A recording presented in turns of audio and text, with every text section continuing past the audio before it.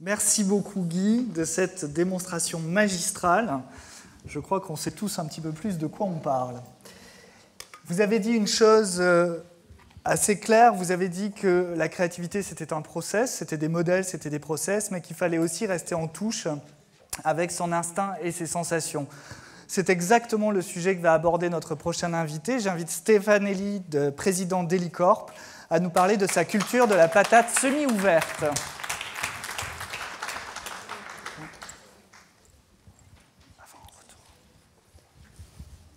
Bien, bonjour à tous. Donc, je suis Stéphane Elie, je suis ravi d'être là. C'est un beau moment de partager avec des personnes qui ont des cultures un peu différentes des métiers qu'on fait, mais qui sont des cultures proches, et d'avoir la chance de parler de ces frontières, de ces partages possibles, de ces éléments de culture qu'on peut échanger. Alors, effectivement, j'ai choisi un sujet qui me tient à cœur, la notion de patate semi-ouverte. On va dire, mais de quoi il va nous parler? De cuisine? Non, on va parler de créativité.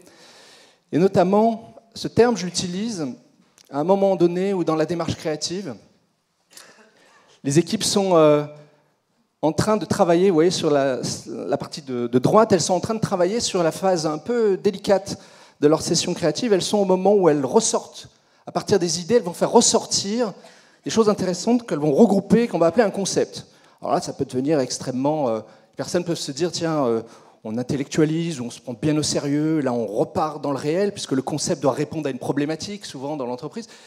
Et là, il est extrêmement important de garder l'instinct, de garder la lueur dans les yeux qu'on a eu à un moment donné quand on a cherché des idées. Et c'est de ça dont je veux vous parler. C'est qu'une démarche créative, il y a des outils, il y a des techniques, mais cette magie, ces étoiles dans les yeux, ce que les Américains appellent les guts, l'envie qu'on a eu à un moment donné d'inventer du nouveau, il faut la conserver et arriver à la transmettre le plus longtemps possible, parce que c'est la clé d'une bonne idée, d'un bon concept et finalement d'une innovation qui va toucher le public que vous cherchez à toucher au final.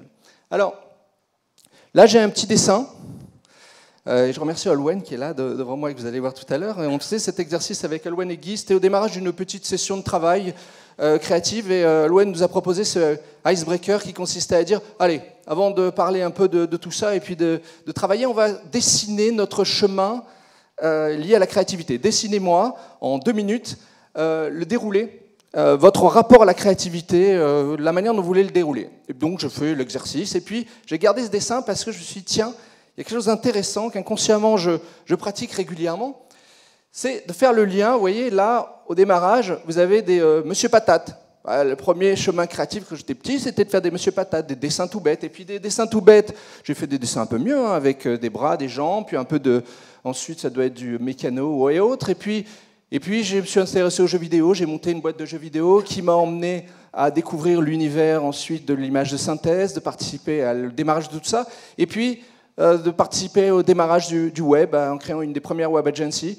Et puis j'ai vendu tout ça, et à un moment donné, je me suis dit comment je pourrais aider des personnes à développer une forme de créativité qu'on faisait nous instinctivement dans l'agence, et de voir un petit peu dans quelle mesure cette démarche créative pouvait se partager, notamment avec les clients. Et donc j'ai notamment travaillé avec Guy, j'étais formé aux États-Unis, et puis j'ai rencontré la musique et la danse, qui ont été 2 supports essentiels pour moi, pour mailler à travers des techniques, de mettre une forme de sensibilité, une forme de rester connecté à l'imaginaire de la manière la plus touchante pour moi, et d'essayer de me connecter au groupe à travers ces 2 supports. Tout ça, ça finit par donner des groupes de créativité, d'innovation qui nous permettaient, et là, on retrouve nos patates semi-ouvertes, qui sont des regroupements conceptuels. Et avant, dans les regroupements conceptuels, il y a des moments où on va avoir des clusters. Et donc, c'est de ça dont je vais vous parler. Comment on garde cette espèce de naïveté dans sa phase de créativité, et dans quelle mesure ça va éclairer un bon concept, quelque chose de fort qu'on va présenter ensuite et essayer de mettre sur le marché. Donc, en 2 mots, j'anime Helicorp, et je vous parle de ça parce que vous allez dire, il fait des patates, il parle de musique, etc. J'ai un vrai métier aussi. Et j'ai une boîte qui s'appelle Helicorp. En 2 mots, on fait du conseil en stratégie, en innovation et en créativité. Et puis, on fait aussi de la formation action, et on a développé un centre qui s'appelle InnoCentre. Donc, on travaille avec des vraies entreprises, hein, des entreprises comme du CAC 40, comme L'Oréal, comme Sodebo, plus petite, donc dans l'alimentaire, comme Panzani aussi, et autres. Donc, ça depuis bientôt 10 ans. Bon, revenons au sujet, le lien entre l'instinct et le concept. Alors le lien entre l'instinct et le concept, je vais commencer par en fait le pourquoi, tout simplement à travers quelques images. Vous voyez l'image qu'il y a à gauche? C'est un beau paysage, hein, je pense que même au fond vous le voyez, c'est un beau paysage. On peut avoir à un moment donné dans une recherche d'idées fait émerger un imaginaire, un début d'idée, un concept potentiel qui aurait pu être de manière métaphorique cette image.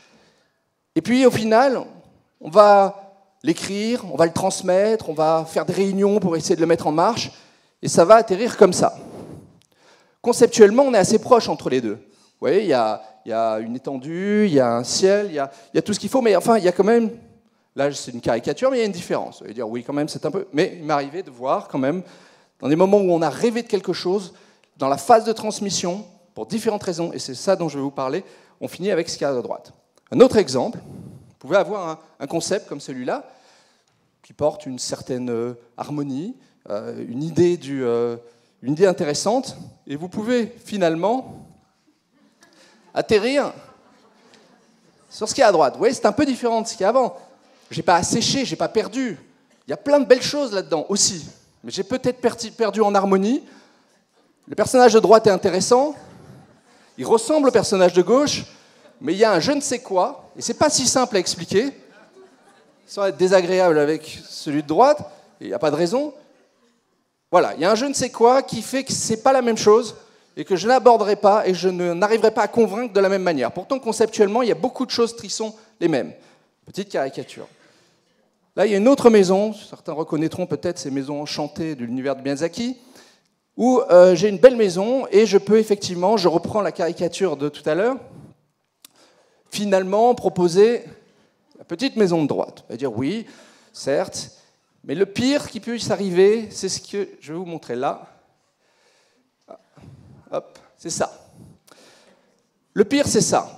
Et ça arrive trop souvent. Ça arrive, et c'est un élément qui arrive quand on est dans des démarches de créa, où on va avoir des rêves, et face à la réalité, Guy en parlait tout à l'heure, on doit s'adapter à son contexte. Et à un moment, si on s'adapte trop, et à un moment où si on lâche trop de choses, on fait des concessions, on n'arrive pas à y mettre le supplément d'émotion, d'âme qui fait que les gens vont vous suivre et lâcheront sur certaines choses, et on peut finir sur ce type d'approche. Vous voyez, ces deux maisons, elles sont un peu enchantées, toutes les deux. Il y a de la verdure, il y a un toit, c'est sympa, mais on peut même mettre une voiture de ce côté-là. C'est encore plus sympa, parce que là, on n'avait pas. Et au final, on va présenter, ça fait le boulot, mais ça ne va pas déplacer les foules, ça ne va pas toucher de manière, je dirais, motivante les personnes qui devront se mettre en action, soit pour le réaliser, soit pour vous suivre sur votre projet. Et donc, ça, c'est le pourquoi. Pourquoi je vous parle de ça? Donc, pourquoi je vous parle de ce lien entre l'instinct et le concept? Parce que si on ne branche pas son émotion, sa capacité à déplacer, à toucher, il y a un moment donné, eh bien, on finit par... On rêve de ça, on l'a rêvé ensemble, et on met en marche ce type de projet. Alors, je vais vous montrer une slide qu'on doit à René Bernèche, qui tenait la chaire de créativité et psychologie à Montréal, où je vais faire le lien entre un concept et l'émotion.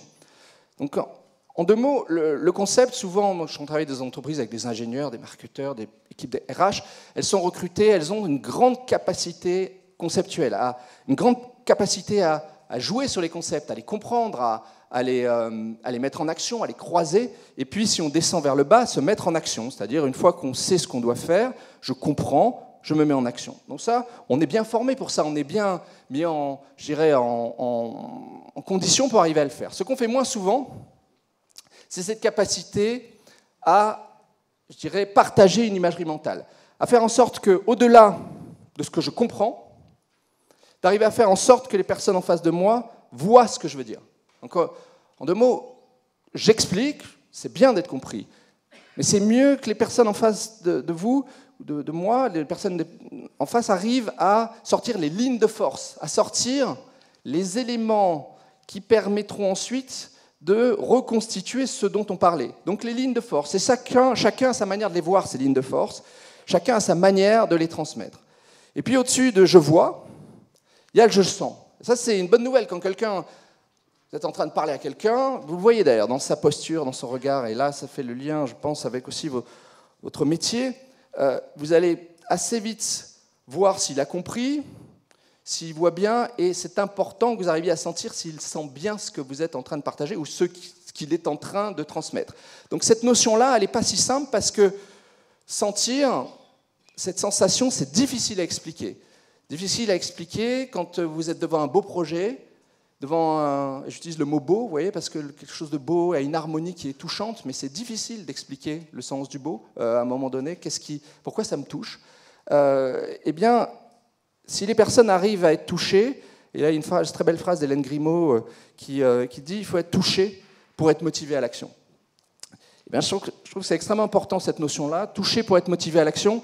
Parce que si j'ai compris quelque chose, donc, admettons, j'ai une nouvelle idée, un concept qui est en train d'émerger, je l'ai bien compris, je vois bien ce dont vous parlez et je le sens bien. Et si je le sens bien, je suis motivé à l'action. Si je fais partie de votre équipe et que vous me demandez de partager et je dois mettre en action tout ça, le construire, eh bien, je suis d'autant plus motivé et en plus, je suis aligné avec ce qui fera la force. Et donc, si on reprend la maison de Miyazaki tout à l'heure, j'ai de fortes chances de me battre pour que les lierres soient sur les murs et pas à côté. Donc cette capacité à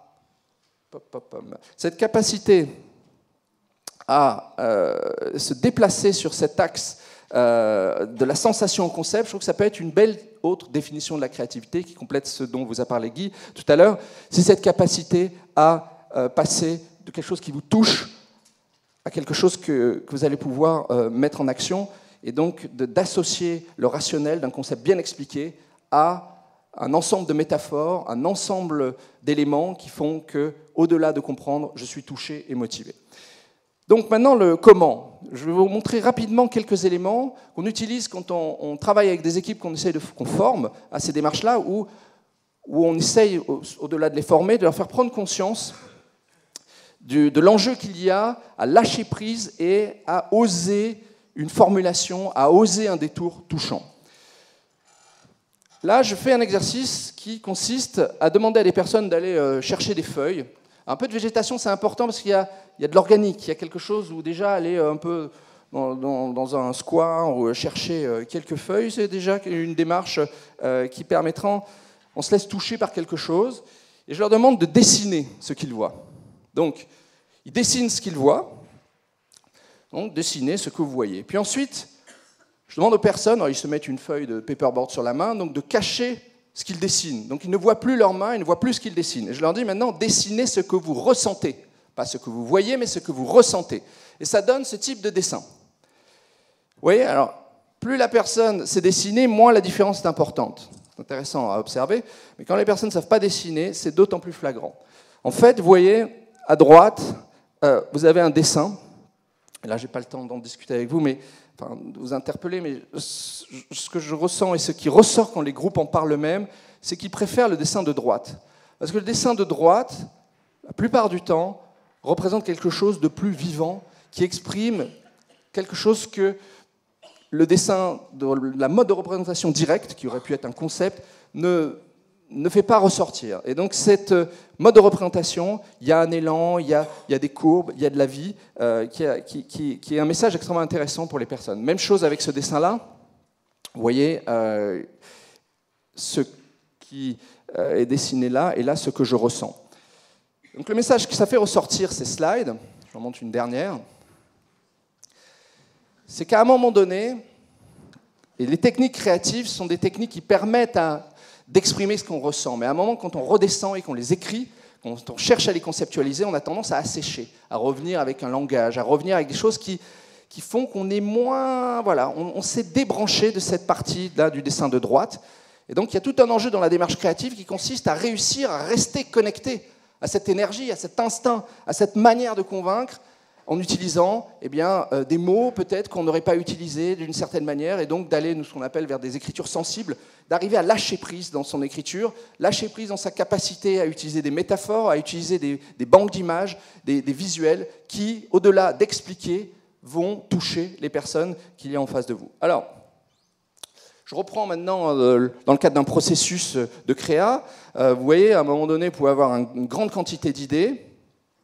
Et puis, vous pouvez être dans une situation où il y a une grande quantité d'idées, faire ces fameuses patates semi-ouvertes, ouais, ces clusters, ces regroupements conceptuels ou thématiques, on pourrait revenir là-dessus, qui vous permettent, dans un deuxième temps ou troisième temps, de reformuler et d'écrire des fiches concepts. Et c'est là qu'il y a quelque chose qui peut se passer. C'est pour ça que moi j'utilise le terme patate, pour que les personnes se mettent, gardent cette fraîcheur, cette naïveté, et ne soient pas en train de dire, bon, maintenant je fais le concept, c'est fini, on a arrêté de rigoler, on a fini de, hop, je me mets à faire mes concepts, c'est plus sérieux, je redescends. Non, je suis en train de faire mes patates semi-ouvertes. Ah oui, on fait les patates. Et là, ils vont sortir, ils vont accepter, le groupe va continuer à garder sa fraîcheur, sa manière de rêver, cette connexion peut-être à cet enfant intérieur là, qui fait qu'on ouvre du nouveau.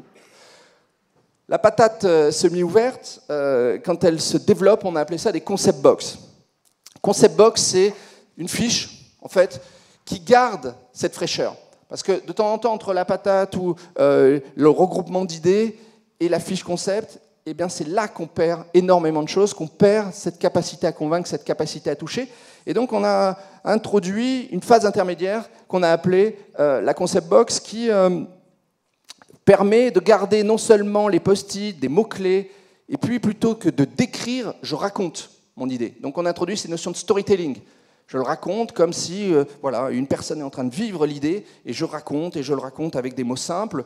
Il peut y avoir des choses un peu illogiques dans mon storytelling, c'est pas très grave à ce moment-là. Puis ensuite, j'aligne plein d'idées qui illustrent tout ça. Et puis, je vais utiliser des métaphores, des banques visuelles qui vont me permettre de le raconter en images, et pourquoi pas aussi avoir des métaphores, voilà, un peu quelques mots qui racontent de manière un peu poétique ce qui est l'essence de mon concept potentiel. Une concept box, c'est une boîte à concepts, donc de là, je peux extraire plusieurs différentes formes de concepts, mais en tout cas, en fin de session, et la personne qui va repartir avec ça, elle garde l'énergie, elle garde la boîte à rêver qui a été créée, et c'est l'enjeu d'une démarche créative, en petit groupe ou en grand groupe, c'est de mettre en marche des idées un peu folles, des choses qui peuvent changer le regard des autres, qui peuvent les toucher différemment. Et si j'en perds l'essence en fin de session, c'est dommage. Donc il y a vraiment une nécessité, quelque chose d'extrêmement important à conserver. Là, vous avez un exemple de ce que ça peut donner en fin de session, et je refuse, moi, que les personnes en fin de session sortent leur ordinateur et remplissent une slide PowerPoint pour dire, voilà, maintenant je remplis, j'ai bien compris. Je pense que c'est important d'oser finir sur ce type de board, des boards qui peuvent être assez grands. De temps en temps, il y a 2 paperboards comme celui que vous avez là. On les présente, on se les raconte, et on a une belle matière à rêver qui se partage en fin de groupe avec les équipes. Alors, voilà. Et juste pour finir, en 2 mots, je pense que ce que je voulais transmettre dans cette présentation, c'est ce monsieur patate, ces patates, et là, dans l'univers de Miyazaki, il y a ce Totoro qui est en fait un grand monsieur patate, mais très structuré, qui a gardé cette fraîcheur, ce rêve. Je pense que c'est dans une posture, dans une démarche créative, il y a cette nécessité à, certes, trouver du nouveau, s'outiller, être bien structuré, mais l'essence, et ce qu'il faut arriver absolument à conserver le plus longtemps possible, c'est d'arriver à sourcer, à mettre une énergie dans cette phase de recherche d'idées qui fait que je vais ouvrir un champ nouveau, je vais chercher des étoiles, je les partage avec mes collègues, les personnes avec qui je suis dans la salle, et puis j'arrive à continuer à être aussi convaincant, à transmettre ces étoiles lors de ma transmission et de la fin de mes sessions créatives. Voilà, merci. Merci beaucoup Stéphane. Vous avez été tellement performant qu'on a le temps pour une question. Et oui, c'est pas fini. Comme dit la pub, il y en a encore. Est-ce qu'il y a quelqu'un dans la salle? Une question ici.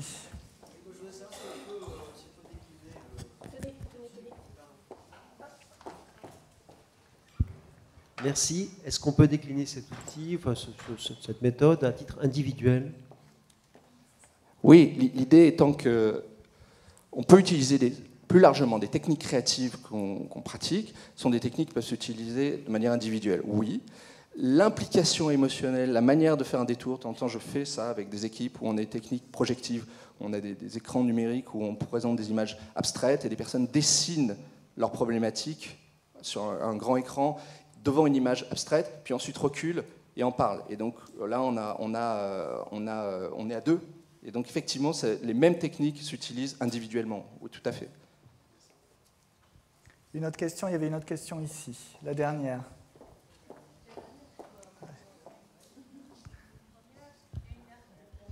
Oui, bonjour. C'est pas tellement une question, c'est juste que j'ai adoré tout ce que vous avez dit, j'ai trouvé ça passionnant. Il y a juste un mot qui m'a juste un peu gêné, c'est storytelling. Parce que storytelling, ça a un sens plutôt, par exemple, les entreprises ou les dirigeants politiques, enfin les hommes politiques font du storytelling pour faire passer un message absolument comme ils veulent le faire passer. Tandis que là, dans ce que vous avez raconté, c'était pas du tout ça. C'était vraiment raconter des histoires. Et c'est, alors je dirais plutôt faire une narration, enfin, vous voyez, narrer, raconter. Voilà, c'est juste ça que je voulais dire. Vous voyez, c'était même pas une question. Mais je peux alors juste associer sur ce que vous venez de dire.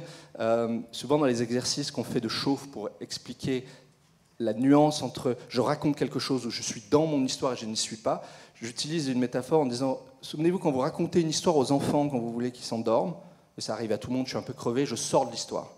Et là vous faites engueuler. C'est-à-dire que quand vous racontez une histoire un peu mécaniquement, je comprends rien, tu vas trop vite, j'y suis pas. Et donc, quand je dis storytelling, c'est cette manière de raconter comme quand on raconte des contes magiques aux enfants. On y met son cœur, on est présent. Et si on ne l'est pas, voilà. C'est plutôt, je m'adresse plutôt à cette facette-là du storytelling. Magic telling. Merci beaucoup Stéphane, merci énormément pour cette délicieuse intervention. Merci Stéphane. Donc, comme vous venez de le dire, en fait, même si la créativité c'est un monde de process et de modèles, il faut faire l'équilibre entre une démarche sensible, entre une posture sensible et une démarche structurée.